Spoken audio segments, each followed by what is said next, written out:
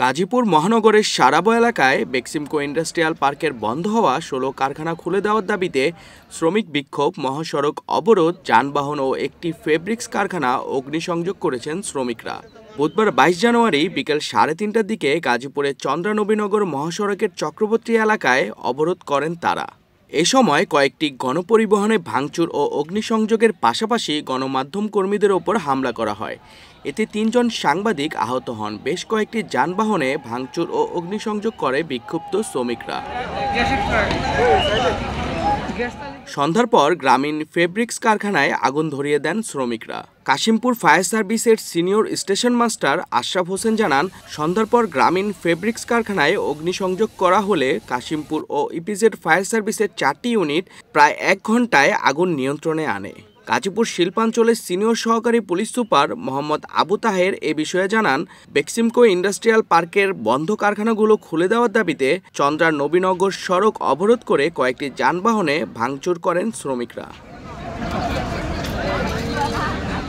তাদের বুঝিয়ে সরিয়ে দিয়ে যান চলাচল স্বাভাবিক করার চেষ্টা করে পুলিশ, কিন্তু বিশৃঙ্খল শ্রমিকরা অগ্নিসংযোগ করে নৈরাজ্য সৃষ্টি করে। গত ১৫ ডিসেম্বর শ্রম ও কর্মসংস্থান মন্ত্রণালয়ের সভাকক্ষে বেক্সিমকোর শিল্প প্রতিষ্ঠানগুলোর শ্রম ও ব্যবসার পরিস্থিতি পর্যালোচনা সংক্রান্ত উপদেষ্টা পরিষদের কমিটি সভায় সিদ্ধান্তের পর বেক্সিমকো ইন্ডাস্ট্রিয়াল পার্কের ১৬টি কারখানা বন্ধের সিদ্ধান্ত নেওয়া হয়। প্রতিষ্ঠানগুলোর মালিক অভ্যুত্থানে পতিত ও দেশ ছেড়ে পালিয়ে যাওয়া প্রধানমন্ত্রী শেখ হাসিনার শিল্প উপদেষ্টা সালমান এফ রহমান। তিনি বর্তমানে কারাগারে বন্দী রয়েছেন।